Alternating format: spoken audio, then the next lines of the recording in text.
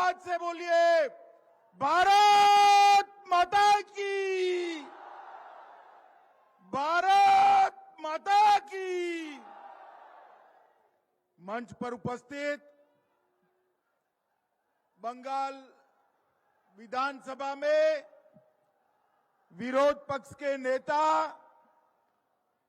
श्रीमान शुभेंदु अधिकारी जी, हमारे प्रदेश अध्यक्ष और सांसद डॉक्टर सुकांतो मजमूदार जी, मोदी जी की मंत्रिपरिषद में मेरे साथी डॉक्टर सुभाष सरकार जी, बहन प्रतिमा भौमिक जी,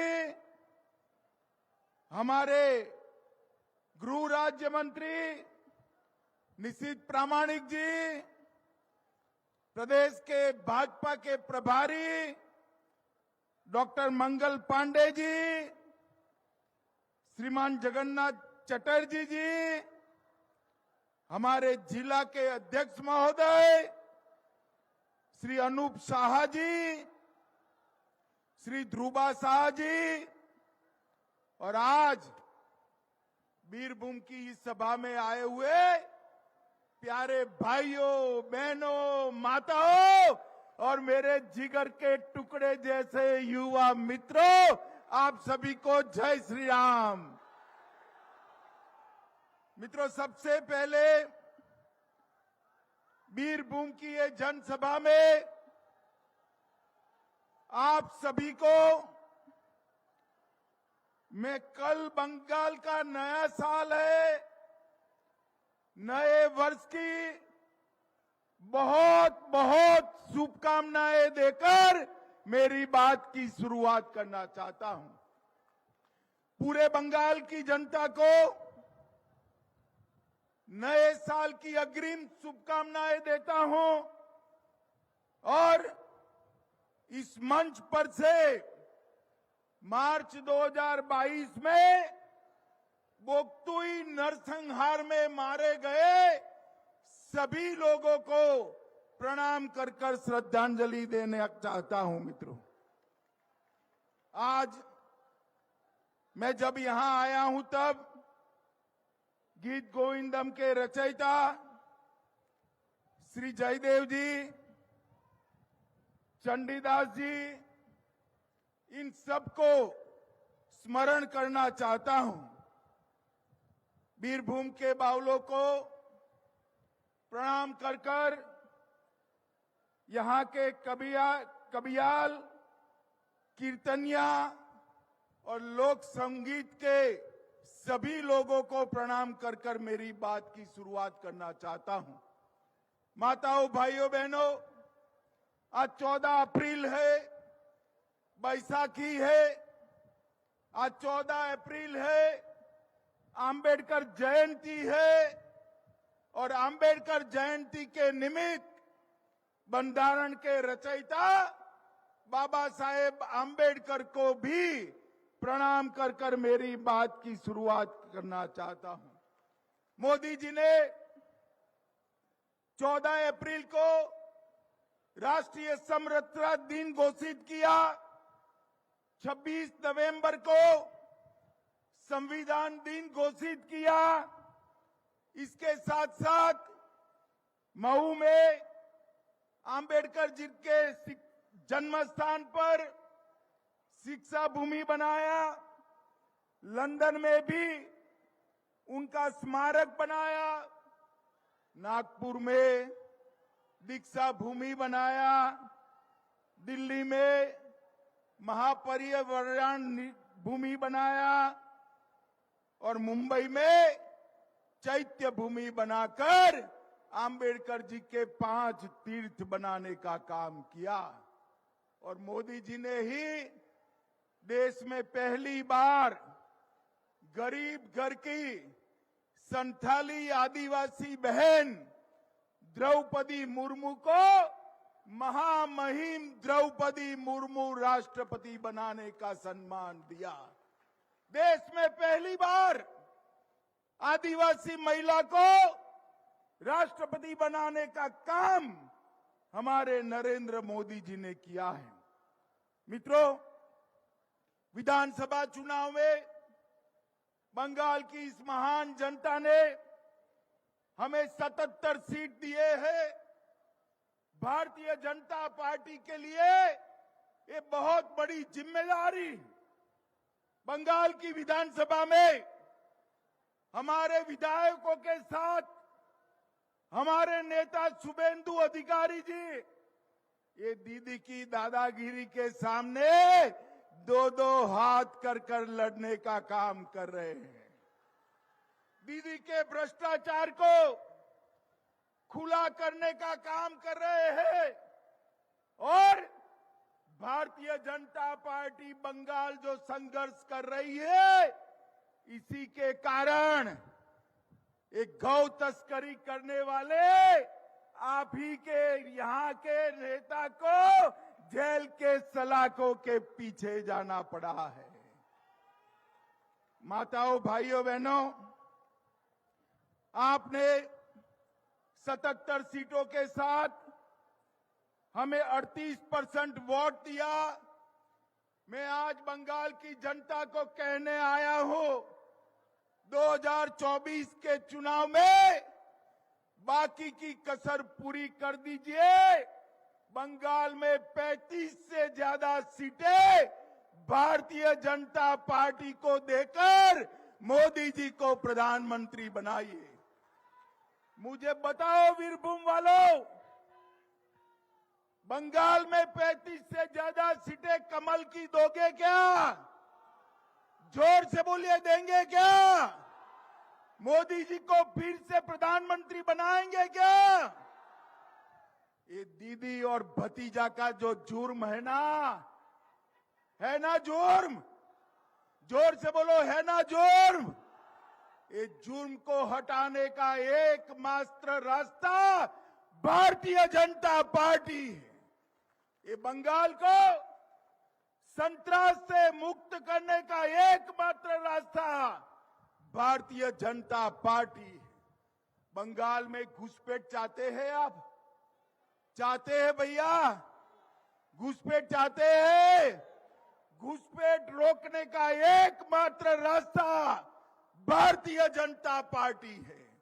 बंगाल के अंदर गौ तस्करी चाहते हैं आप लोग? चाहते हैं? असम के अंदर घुसपैठ भी रुक गई, गौ तस्करी भी रुक गई, क्योंकि असम में भारतीय जनता पार्टी की सरकार बनी। 24 में 35 सीट दीजिए, मैं बताता हूं 25 की जरूरत नहीं पड़ेगी। 25 के पहले ही ममता दीदी की सरकार कड़ड़ भूस हो जाएगी। और मित्रों, एक बार बंगाल में कमल खिलाइए, ना बम धमाके होंगे, ना रामनवमी पर हमले होंगे, ना अत्याचार होगा, ना घुसपैठ होगी, ना गौ की तस्करी होगी। बंगाल के अंदर जिस प्रकार का भ्रष्टाचार चल रहा है, वो भ्रष्टाचार मिटाने का एकमात्र रास्ता भारतीय जनता पार्टी। माताओं, भाइयों, बहनों, अभी रामनवमी के जुलूसों पर रिसरा और हावड़ा में हमला हुआ। मैं पूछना चाहता हूं, बंगाल के अंदर रामनवमी का जुलूस निकलना चाहिए या नहीं निकलना चाहिए? जोर से बोलिए, निकलना चाहिए या नहीं निकलना चाहिए? अगर रामनवमी का जुलूस शांति से बंगाल में नहीं निकलेगा तो कैसे चलेगा? मगर तृणमूल कांग्रेस की तुष्टीकरण की राजनीति के कारण ये हिम्मत बढ़ी है। मैं आपको विश्वास दिलाता हूं, एक बार बंगाल लोकसभा चुनाव में मोदी जी को 35 सीट दे, यहां भाजपा सरकार बनाए, किसी की भी मजाल नहीं है बंगाल में रामनवमी के जुलूस पर हमला करने की। किसी की हिम्मत नहीं होगी। मित्रों, दीदी के शासन में बंगाल बम धमाकों का सेंटर बन चुका है। अभी अभी एनआईए ने बीरभूम में 80,000 से ज्यादा डिटोनेटर और 27,000 किलो एमोनियम नाइट्रेट जब्त किया। अगर एनआईए ने न पकड़ा होता तो कितने लोगों की जान बम धमाकों में जाती कोई नहीं गिन सकता। मित्रों, जिस बीरभूम में आजादी के आंदोलन में बहुत बड़ा योगदान दिया, उस बीरभूम को आतंक का सेंटर बनाने का काम ममता बनर्जी की तृणमूल कांग्रेस ने किया। मोदी जी ने पूरे देश के अंदर जातिवाद और परिवारवाद को समाप्त कर दिया है। ममता बनर्जी दीदी ये बंगाल की गरीब जनता के लिए काम नहीं करती। उनका लक्ष्य बंगाल की जनता का कल्याण नहीं है। उनका एकमात्र लक्ष्य अपने भतीजे को मुख्यमंत्री बनाना है। बंगाल के गरीब की इनको चिंता नहीं है। मोदी जी जो योजनाएं भेज रहे हैं वो योजनाओं को नीचे पहुंचाने नहीं देती है। रोजगारी 3 लाख नौकरियां देने का वादा किया था। ममता दीदी हिसाब लाइए क्या हुआ। आपने युवाओं को भत्ता देने का वादा किया था। ममता दीदी बंगाल का युवा हिसाब मांग रहा है। क्या हुआ। आपने तो जो भर्ती होती थी उसमें भी इतना घोटाला किया कि 2 ट्रक भरकर ईडी को रुपया ले जाना पड़ा। 2 ट्रक भरकर 21-21 करोड़ रुपया इनके मंत्रियों के घर से मिलता है। अरे शर्म करो तृणमूल वालों। एक बंगाल की गरीब युवाओं का पैसा है। बंगाल के युवाओं को नौकरी में भ्रष्टाचार कर अपने बंगले बना रहे हो। और जब मोदी जी जेल में डालते हैं तो कहते हैं अत्याचार हुआ है। अरे मुझे बताओ बीरभूम वालों, जिनके घर से 21 करोड़ रुपया कैश मिले उनको जेल में डालना चाहिए या नहीं डालना चाहिए? जोर से बोलो, डालना चाहिए या नहीं डालना चाहिए? अरे ममता दीदी, आप और आपका भतीजा जो करना है कर लीजिए। भ्रष्टाचार के खिलाफ ये लड़ाई नहीं रुकने वाली है। हम भ्रष्टाचार को समाप्त कर रहेंगे। नौकरियों पर बंगाल के युवा का अधिकार है। बंगाल के युवा को नौकरी देने के लिए आप भ्रष्टाचार नहीं कर सकती हो। मित्रों, मैं ममता दीदी को पूछना चाहता हूं, इतने साल से आप बंगाल में मुख्यमंत्री है, आपने बंगाल की जनता के लिए क्या किया? मोदी जी ने 2.5 साल से बंगाल के हर घर में, हर गरीब के घर में प्रति व्यक्ति प्रति माह 5 किलो चावल फ्री ऑफ कॉस्ट भेजने का काम किया है। माताओं, भाइयों, बहनों, मोदी जी जो चावल भेजते हैं, ममता दीदी ठेले के ऊपर अपना नाम लगाने का काम करती है, फोटो लगाने का काम। अरे ममता दीदी, मुफ्त में काहे को फोटो लगाती हो?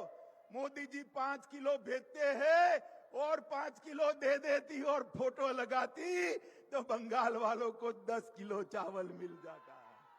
माताओं, भाइयों, बहनों, 8 करोड़ देश में 8 करोड़ गरीबों के घर में पीने का पानी मोदी जी ने भेजा है।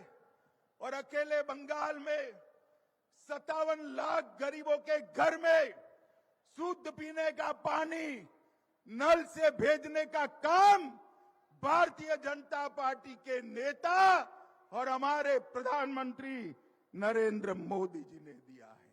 पहले सिर्फ 50,000 घर में था, अब 57 लाख घरों में पीने का पानी पहुंचा है। 57 लाख लोगों को, लगभग 2,61,000 घरों को पहुंचा है। माताओं, भाइयों, बहनों, कोलकाता मेट्रो के लिए हमने 1,000 करोड़ दिया। चितरंजन कैंसर सेंटर के लिए 15 करोड़ दिया। सत्यजीत रे फिल्म टेलीविजन संस्थान के लिए 63 करोड़ दिया। वंदे भारत ट्रेन 7,800 रुपये की लागत से शुरू की। 411 करोड़ रुपए से 11 नए रोड बनाए। स्वच्छ भारत योजना के तहत 74 लाख घरों में टॉयलेट बनाने का काम किया। और आयुष्मान भारत के तहत पूरे भारत में लगभग 55 करोड़ गरीबों को 5 लाख तक की मुफ्त में दवाई देने का काम मोदी जी कर रहे हैं। मगर बंगाल वालों, आपको नहीं मिल रही है, क्योंकि ममता दीदी नहीं चाहती कि आयुष्मान भारत योजना यहां चालू हो। मैं आपको विश्वास दिलाता हूं, एक बार बंगाल में भाजपा सरकार बनाइए, 8 करोड़ लोगों को 5 लाख तक की पूरी स्वास्थ्य की सुविधाएं हम फ्री ऑफ कॉस्ट दे देंगे। बंगाल के अंदर 1,08,000, खाली वीरभूम में 1,08,000 एलपीजी सिलेंडर दिए। बंगाल में 52 लाख घरों में उज्ज्वला योजना का गैस नरेंद्र मोदी जी ने पहुंचाया। माताओं, भाइयों, बहनों, विकास का हिसाब किताब लेकर ममता बनर्जी नहीं आएगी। मैं आज आपको पूछने आया हूं, जिनको भारत सरकार ने गौ तस्करी में जेल में डाला, ऐसे नेताओं को आज भी जिला का अध्यक्ष बनाए रखा है। वीरभूम वालों, बताओ, बंगाल में से संतरास मुक्ति चाहते हो या नहीं चाहते हो? जोर से बोलो, चाहते हो या नहीं चाहते हो? बम धमाका बंद करना चाहते हो या नहीं चाहते हो?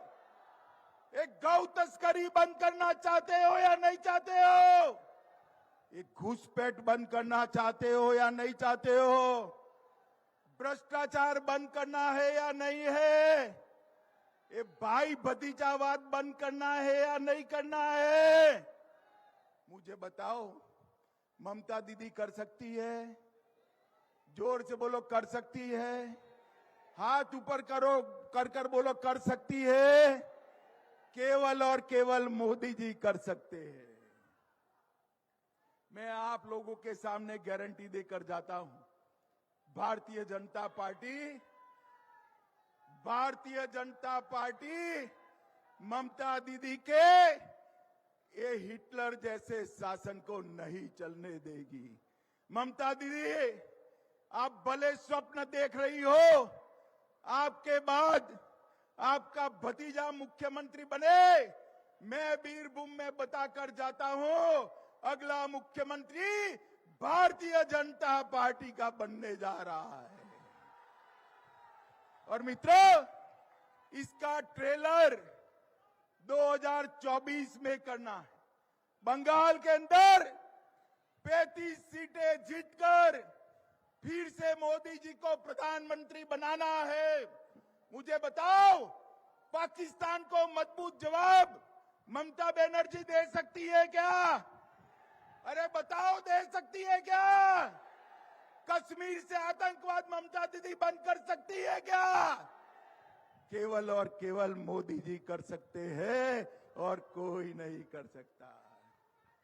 और मैं बताना चाहता हूं, ये अयोध्या में भगवान श्री राम का मंदिर बनना चाहिए या नहीं बनना चाहिए? जोर से बोलो, बनना चाहिए या नहीं बनना चाहिए?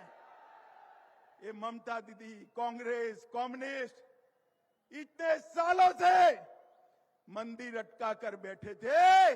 मोदी जी ने एक सुबह जाकर अयोध्या में भूमि पूजन कर दिया और देखते देखते गगनचुंबी मंदिर प्रभु श्याम का वहां अयोध्या में तैयार हो जाएगा। मित्रों, देश को सुरक्षित करना है तो मोदी जी को फिर से प्रधानमंत्री बनाना है।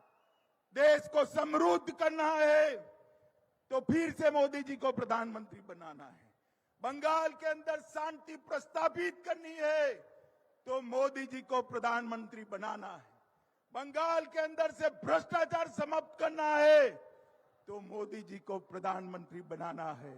और बंगाल के अंदर से ये भाई भतीजा को निकालना है तो मोदी जी को प्रधानमंत्री बनाना है। मुझे बताओ, मोदी जी को प्रधानमंत्री बनाएंगे? जोर से बोलिए, बनाएंगे? 35 कमल बंगाल से खिलाएंगे? फिर से एक बार भाजपा सरकार लाएंगे? ये तृणमूल सरकार उखाड़कर फेंक देंगे? तो मेरे साथ दोनों हाथ उठाइए, उठाइए वीरभूम वालों, दोनों हाथ इस संकल्प की मुट्ठी बीचे और प्रचंड आवाज से बोलिए, भारत माता की, भारत माता की। बोलो जय श्री राम, जय जय श्री राम। बहुत बहुत धन्यवाद। भारत के स्वराष्ट्र मंत्री अमित शाह जी ने